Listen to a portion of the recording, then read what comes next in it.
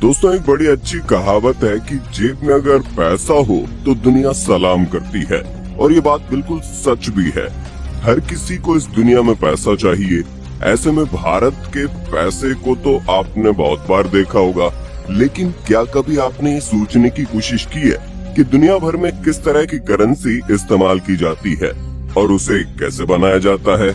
China से लेकर America तक आपको दुनिया के अलग अलग देशों की करेंसी के बारे में बताने जा रहा हूँ, जिसे जानकर आप पक्का हैरत में पड़ जाएंगे। US cash.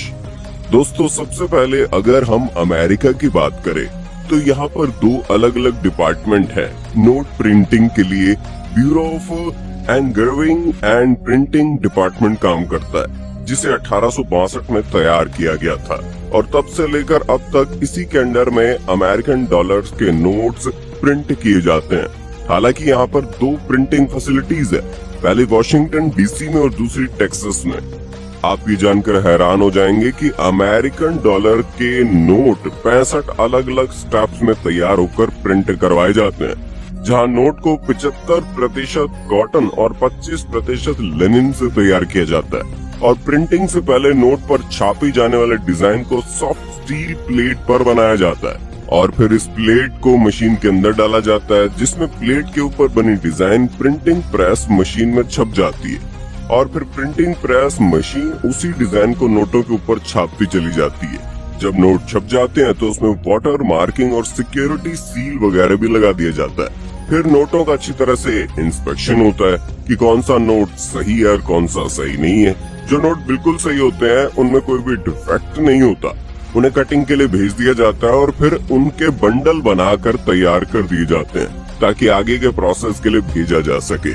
और अगर हम अमेरिका में चलने वाले सिक्कों के बारे में बात करें तो उसकी जिम्मेदारी यूनाइटेड स्टेट्स मिंट की है, जिससे 1792 में शुरू किया गया था, जहां सबसे पहले सिक्कों पर छापे जाने वाले डिजाइन को तय किया जाता है और एक बार जब वो अप्रूव हो जाता है तो उस डिजाइन को डाई के अंदर बना दिया जाता है और फिर मेटल की बड़ी बड़ी शीट ली जाती हैं, जिन्हें छोटे छोटे टुकड़ों में काटा जाता है और पतला किया जाता है। हालांकि उसका साइज और मोटाई इस बात पर डिपेंड करती है कि कितने डॉलर का सिक्का होगा।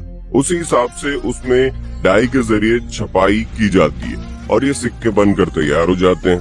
हैरान करने वाली बात तो यह है कि इन सिक्कों को बनाकर काफी समय से अमेरिका घाटे में चल रहा है।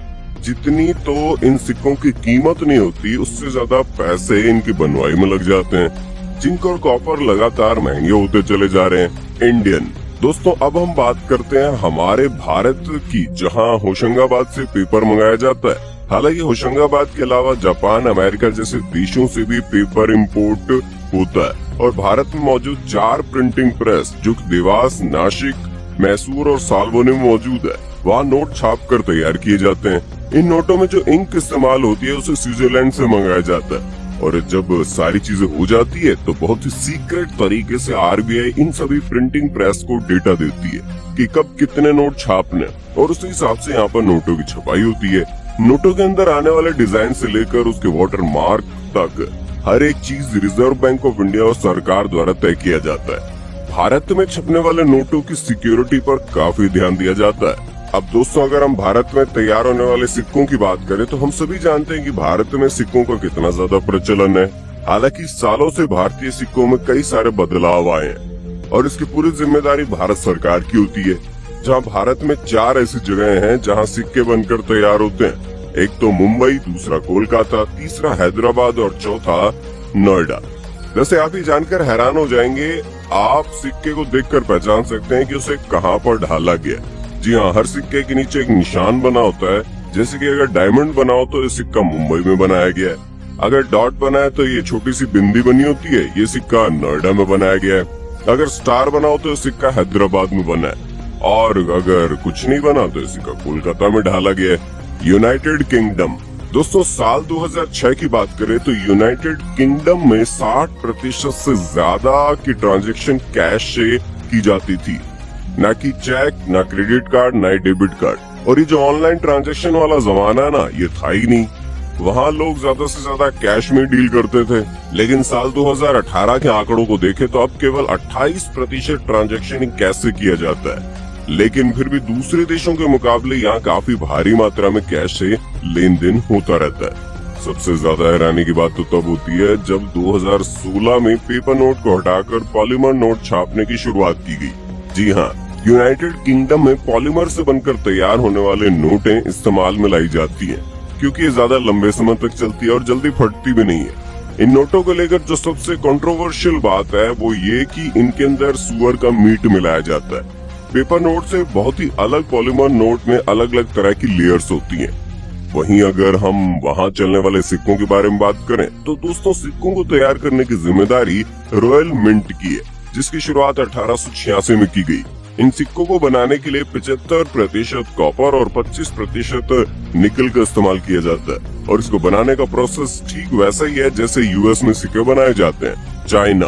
दोस्तों, अब बात करते हैं चाइना की, जिसके पास सबसे ज्यादा लंबे समय तक चलने वाली बैंक नोट का वर्ल्ड रिकॉर्ड है। जी हाँ, आपने बिल्कुल सही सुना, क्योंकि चाइना में नोटों का इस्तेमाल का चलन अभी से नहीं बल्कि 13वीं शताब्दी से चला आ रहा है, जिसे समय समय पर अपग्रेड किया गया है। इतना ही नहीं, पूरी दुनिया में कई सारे ऐसे देश हैं जहां नोटों की छपाई में चाइना ने बहुत उनकी मदद की है। थाईलैंड, बांग्लादेश, श्रीलंका, मलेशिया, यहाँ तक कि ब्राजील तक में चाइना की मिंटिंग फैसिलिटीज का इस्तेमाल किया जाता है, जिससे इन देशों को अपनी मुद्रा संचालित करने का सही तरीका पता चला। चाइना ने इन देशों को नोटों की छपाई और सिक्कों की ढलाई के बारे में बताया और उनकी मदद की। तो दोस्तों, ये थी हमारी आज की रोमांचक वीडियो, जिस पर आपका क्या ख्याल है कमेंट में बताना। और इसी तरह की वीडियोस को देखते रहने के लिए हमारे चैनल को लाइक, शेयर, सब्सक्राइब करना बिल्कुल ना भूलें।